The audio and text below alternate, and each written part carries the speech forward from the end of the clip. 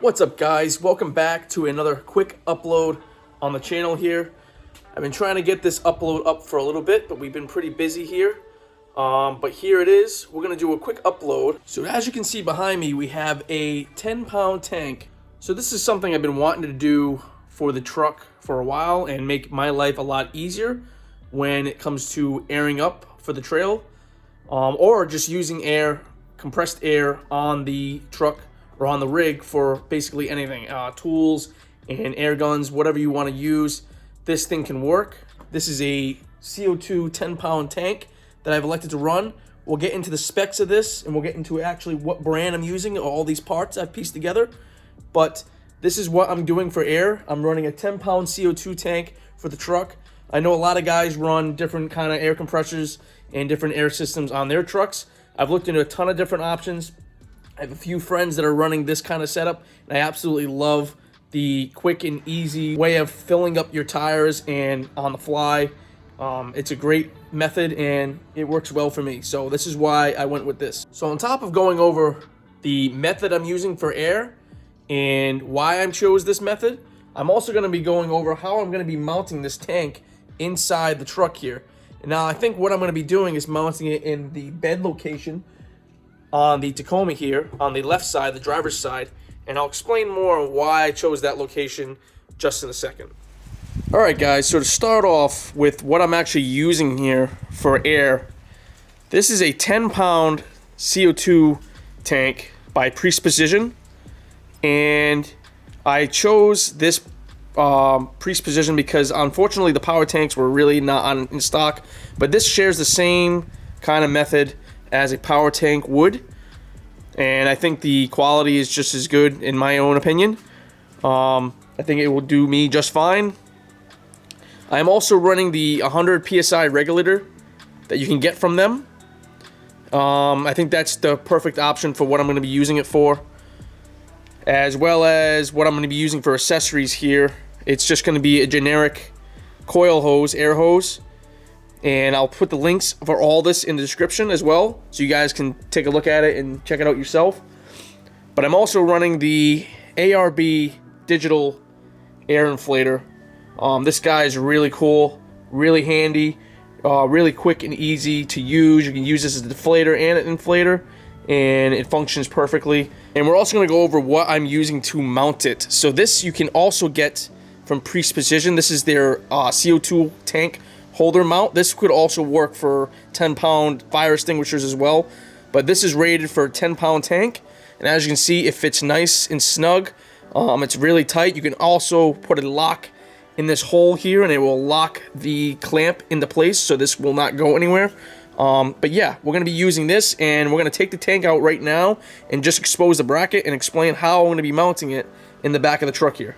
I also want to point out that this regulator, I'm pretty sure you can mount a gauge if you wanted to. I see no need for my use. Yeah, if you guys actually don't understand how this actually works, all you have to do is, this tank is off right now. And by the way, the tank, when you guys get the tank, it's obviously going to be empty. You need to take the tank to a local company that fills CO2, and I'm pretty sure it's like $1 a pound. That's about what we got for this guy. So it's $1 a pound. This is a 10-pound tank, so about 10 bucks, depending on what the company you go to fill the tank of compressed air. I figure if you're using air tools and stuff like that, the tank will dwindle a lot down faster. But for what I'm using it for, and just airing up tires and doing things like that, I think this will last a long time. So I'm not really, and I mean, again, it's pretty cheap enough to have this thing filled when need be. So a little bit about the construction of the tank. First impressions, very, very good quality. I can't complain. I think being from Preece, I'm not worried about quality and it not working as long as I want it to. You have a really nice sturdy handle here, carrying handle. And we'll go into the operation of the tank a little bit here. If some of you those guys don't know, the tank is off right now. It's not pressurized. The line isn't pressurized in the regulator anyways. So what we're going to do is just turn this on. So by twisting this, you are now releasing the pressure into the line. Now that means this is all pressurized here. And by the way, this regulator is pretty nice. It's a quick disconnect air hose, standard quality, standard air connection. And now you have air pressure through your regulator and into your line. If you want to close that up, always make sure you close this up after using it. And now your air is confined to your tank, and that is how you operate the CO2 system. And one more point to point out, this regulator will not come assembled on the tank. So what you guys are going to have to do, whether it's you guys or even I've heard people, the company that you take the tank to have it filled, they may even like to install this regulator for you onto the tank. That's no problem. You can install this yourself.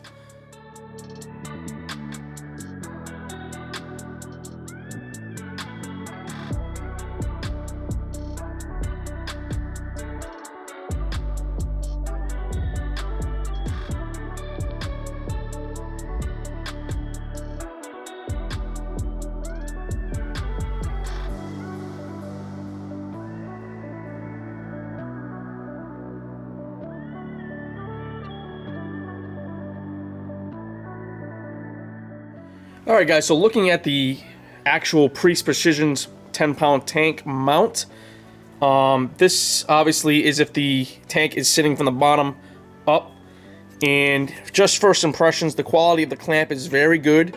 It hugs the tank nice, as you guys saw in the previous clip. The powder coat is very durable. It seems like a nice piece of material here, and a good thick paint or powder coat that they did on it, so I feel like it's going to last a long time.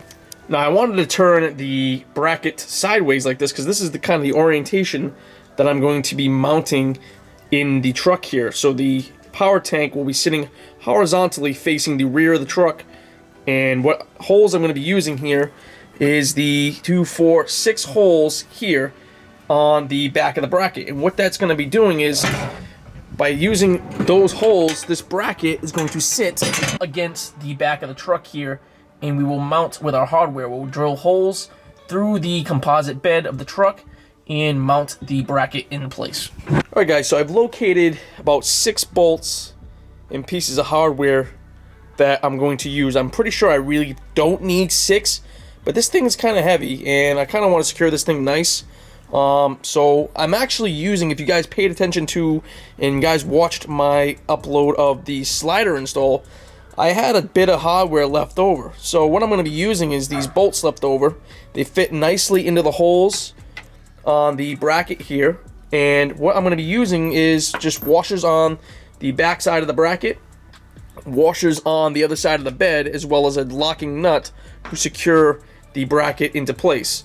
And now the next step we're going to be doing is taking this bracket, putting it up in there, marking our holes so that we know where we're going to be drilling into the bed, and then finding a bit that will fit about this size to drill through to the other side. Alright guys, so here we are in the back of the bed here, and now it's interesting because on my white 2017 Tacoma I had a composite, not composite, but a storage compartment on the driver's side as well as the one on the passenger side.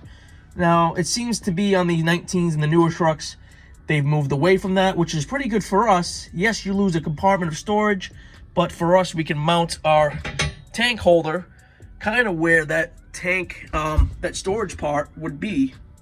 So yeah, so that's where really we're going to be at when mounting this tank, and I think we're going to move it up and kind of go flush with the shelf of the bed here. You know, they don't want to put it too high because then it will protrude if you put a bed cover on your truck, like I will be doing soon, or any kind of accessories on your rail. And you'd also want it far enough back so the tank does not sit out too far, not to close your tailgate or get in the way of anything else. So in this orientation, I've already put the tank in there and kind of measured it up. It's kind of difficult to film doing that. So I'll let you guys know with the 10-pound tank, if you move this guy back to kind of near the wheel well here, flush it up to the shelf, you will clear, even if you have your bed supports here, the bed stiffeners, the tank will clear all the way back and fit nice and snug and perfect. So what we're going to do is we're going to put this guy up there, mark our holes, and then find a appropriate bit to drill through the bed. So as you can see, I have my holes marked, and that is roughly the position that it needs to be in to mount the bracket to the edge of the truck here. So what we're going to be doing is finding a bit to drill through and mount our bracket onto the truck. So what I'm going to be doing, guys, before doing any drilling, I have my holes marked. I'm going to kind of center punch the holes slightly so we have a little mark to go off of. And I'm going to pilot bit, so I'm going to get a little bit. I found my bit that I want to use here. And so what you're going to do now is that once you've put your bolts through the bracket, you're going to want to come down here on the driver's side of the truck, rear side fender, come underneath the rear bumper, and look directly up, and you should see your bolts passing through the side of the bed. And that's where you're going to mount your washer and your nuts for mounting the bracket. So now I have everything drilled. All the bolts are through and tightened. Now I want to remind you guys, this is like a fiberglass / composite material for your bed. I would recommend not using air tools or power tools to snug those in. I would do it all by hand and not to go too crazy with it. Just enough so this thing is sturdy enough to hold the weight of the tank, but not do a lot of stress on your bed here. So those are snugged up nice. We're gonna put the tank in and see how it looks. So here's the tank shown with my line connected. Like I said, if you have a long enough line, you can leave the tank right in the truck if you wanted to. Crank it up and air up your vehicle, or use the air for whatever needs necessary.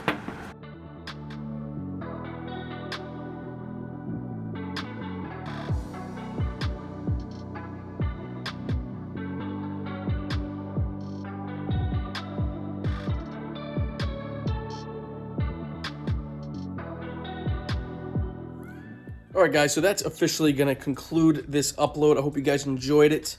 Hope it gave you guys some ideas on how to run air on your rig, and gave you a different method and explained how I'm doing it with mine. I also hope you enjoyed me mounting it where I did, and this is the best configuration for me in the current state of this truck. So I'm pretty much going to be storing my air line and my air deflator probably in my roam box, or at least the inflator in the side of the truck here, so it won't be exposed to any elements, etc. When I want to use everything, I could just plug it right into the air, and that'll be it. I mean, during the winter months and whenever I'm not using the tank, it'll be off the truck, so that's why the bracket comes in handy.